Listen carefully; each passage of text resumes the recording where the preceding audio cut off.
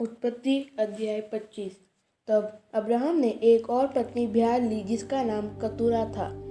उससे जिम्रान, योशान, मदना, मिगदान, इशबाक और शू उत्पन्न हुए।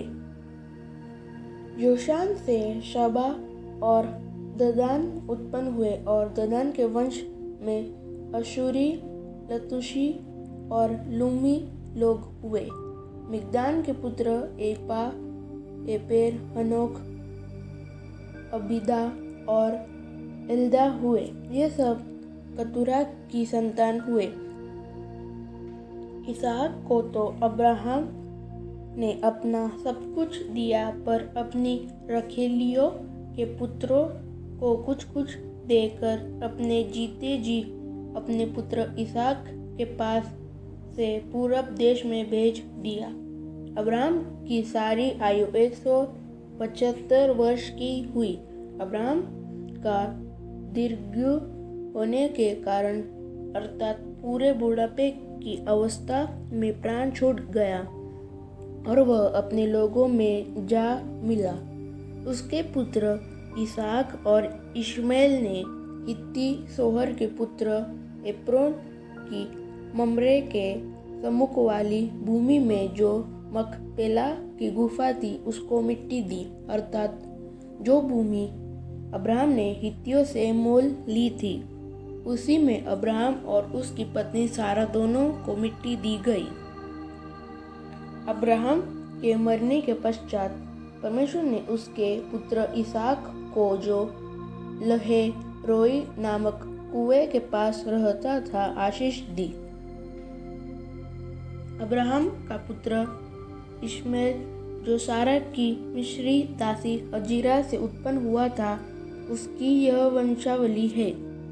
इश्माएल के पुत्रों के नाम और वंशावली यह है, अर्थात इश्माएल का जेठा पुत्र नबायोत, फिर केदार, अदबेल, मीबसाम, मिश्मा, दुमा, मस्सा, हदर, तेमा, येतूर, नापिश और केदमा।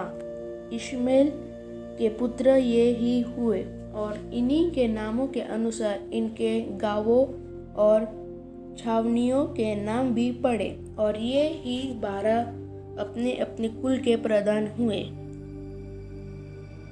इश्माएल की सारी आयु 137 वर्ष की हुई।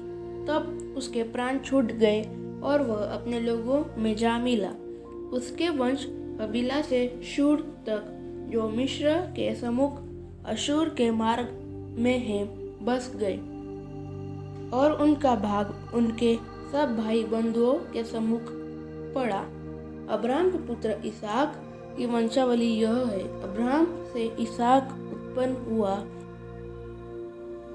और इसहाक ने 40 वर्ष का होकर रिबका से जो मदनाराम के वासी अरामी बतूएल की बेटी और अरामी लाबान की बहन थी विवाह कर लिया। इसहाक की पत्नी बांझ थी, इसलिए उसने उसके निमित्त यहोवा से विनती की और यहोवा ने उसकी विनती सुनी। इस प्रकार उसकी पत्नी रिबका गर्भवती हुई। लड़के उसके गर्भ में आपस में लिपट के एक दूसरे को मारने लगे। तब उसने कहा, मेरी जो ऐसी ही दशा रहेगी तो मैं कैसे जीवित रहूंगी? और वह यहोवा की इच्छा पूछने को गई।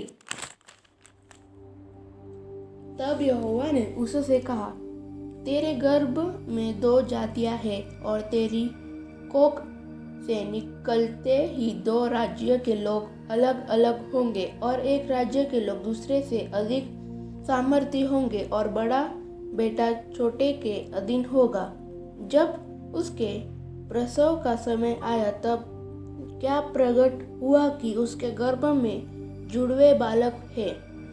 पहला जो उत्पन्न हुआ वह लाल निकला और उसका सारा शरीर कंबल के समान रोममय था, इसलिए उसका नाम एसाव रखा गया। पीछे उसका भाई अपने हाथ से एसाव की एड़ी पकड़े हुए उत्पन्न हुआ और उसका नाम याकूब रखा गया।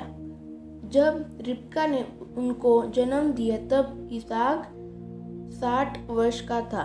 फिर वे लड़के बढ़ने लगे और एसाव तो वनवासी होकर चतुर शिकार खेलने वाला हो गया, पर याकूब सीधा मनुष्य था और तंबुओं में रहा करता था। इसहाक एसाव के अहेर का मांस खाया करता था, इसलिए वह उससे प्रीति रखता था, पर रिबका याकूब से प्रीति रखती थी।